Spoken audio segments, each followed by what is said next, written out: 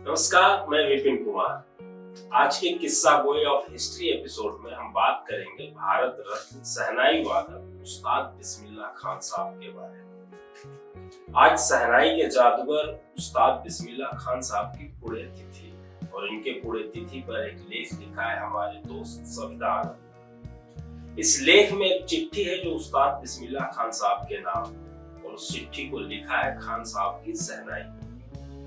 आज स्मृति शेष में हम उस चिट्ठी को पढ़ेंगे और बिस्मिल्लाह साहब को जानने की कोशिश करेंगे।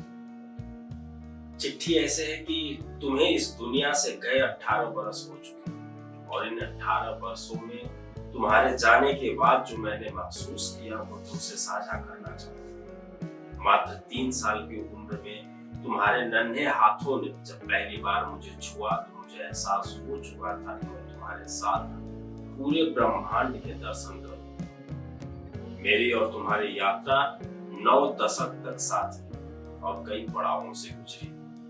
स्वतंत्र भारत के पहले भी और आजाद भारत के बाद। स्वाधीनता की पहली किरण के साथ जब मन प्रफुल्लित हो उठा, आकाश में जब इंद्रधनुष ने शहनाई के सभी स्वरों का स्वागत किया, लाल किले के प्राचीर से जब राग काफी की गूंज पूरी दुनिया ने सुनी, तब भी मैं तुम्हारे साथ।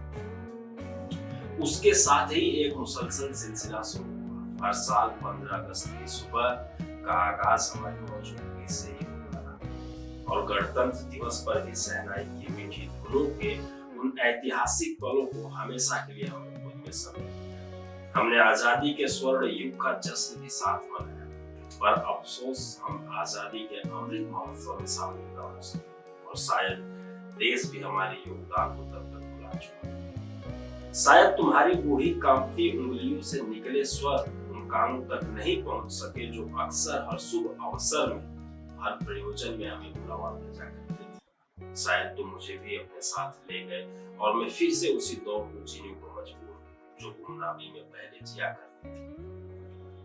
मुझे तुमने जो मान दिया, मैं उसके लिए सदा के लिए तुम्हारी आभारी हूँ। घर की ड्योढ़ी और आंगन से निकाल कर तुमने मुझे कैसे 7वें आसमान पर बैठा दिया और पूरे विश्व को शहनाई के स्वर से गुंजायमान कर दिया, इसका कोई साथी नहीं। तुमने मुझे साधारण से असाधारण बना दिया, क्योंकि लोग कहते हैं कि मैं शादियों की शहनाई, और तुम्हारी उंगलियों ने मुझे आध्यात्म की आवाज बना दिया। मंदिर की सीढ़ियों, गंगा के किनारे तुम्हारे साथ मैंने मोक्ष की ध्वनि भी गुंजाई।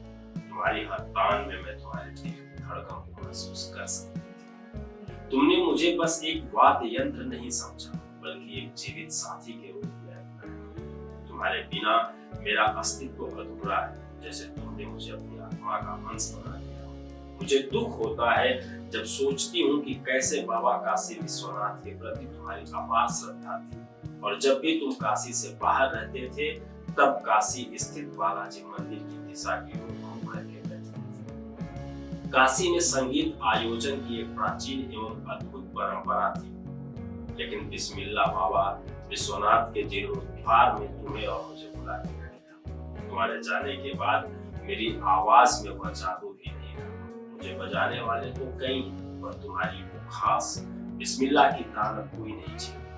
वो गजनी, वो चैती अब कहीं सुनाई नहीं। मुझे लगने लगा है मैं भी तुम्हारे साथ उसी रोज दफन हो गई थी जिस रोज फातिमान दरगाह पर तुम्हारी मजार को पूरा करने पर राजनीति हुई। उसे पूरा होने में 10 साल लग गए और ये 10 साल मेरे लिए किसी कैद खाने से कम नहीं थी। मुझे एहसास हुआ कि ये दुनिया चढ़ते सूरज को ही सलाम करती है। उस जाने के बाद सब एक लौ की माफी की याद आती है। जिस बिस्मिल्लाह ने शहनाई को दुनिया के मानचित्र बनारस के समकक्ष लाकर खड़ा कर दिया, जिस बिस्मिल्लाह से बनारस के घाटों की हर सुबह शहनाई की गूंज से सराबोर होती थी, जिस बिस्मिल्लाह ने ताउम्र गंगा जमनी तहजीब की बेजोड़ मिसाल कायम की, उसे बिस्मिल्लाह को सब इतनी जल्दी भूल गए। यह भी भारत रत्न मिलने जैसा ही अनुभव होता होगा सर। तुम्हारे बिना मैं खोई खोई सी, मैं इंतजार करती हूँ शायद किसी दिन तुम फिर से आओ और दाग मंडी के हड़ा सराय बाट देखता तुम्हारा मकान फिर से बैठकों के उस दौर से जीवंत हो उठे। जो तुम अपने संगी साथियों के साथ जिया करते। इस मकान में कभी कभार दूर दराज से कोई राहगीर चले आते हैं, देखने की भारत रत्न कैसे रहा करते हैं, कैसे अपनी संगीत साधना से बिना किसी लाड लपेट के देश का गौरव करते हैं और देश के सभी सर्वोच्च सम्मान पाकर भी लेस मात्र ड्राई कराए। सही मायनों में भारत रत्न भारत का गौरव इसे ही कहते हैं साहब। बिस्मिल्लाह, तुम भारत रत्न के सही मायनों में पैरोकार। आज 21 अगस्त को तुम्हारी पुण्यतिथि पर सब तुम्हें याद करेंगे, तुम्हें श्रद्धा सुमन अर्पित करेंगे, लेकिन शायद इस मकान की धरोहर की ओर फिर किसी का ध्यान न जाएगा। स्मृति शेष, उस्ताद बिस्मिल्लाह।